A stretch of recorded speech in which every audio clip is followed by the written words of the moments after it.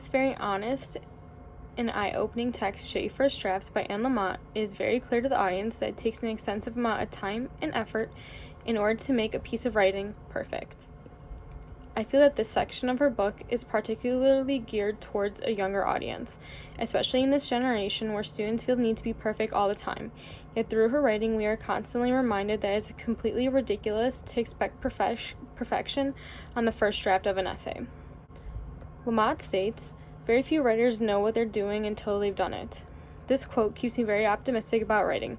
Not only does it allow me to feel less pressure about writing the perfect essay in one shot, but also shows that even the best writers struggle at first, but with some time they start to figure out what they want to write about and how to write about it, which in turn leads them down the path to a successful piece of writing. In the middle of the article, she starts to reflect on her own writing.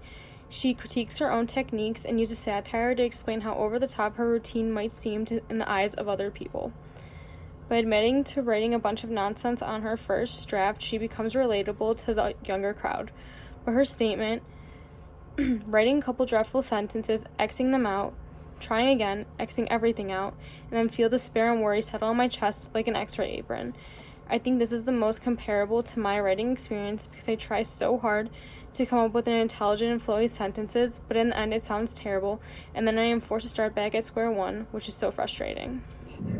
Lamott also writes, "Almost all good writing begins with terrible first efforts. You need to start somewhere. Start by getting something, anything down on paper." This is the perfect ending to her paper. It gives reassurance to the audience and reiterates her point that we cannot expect perfection on our first try.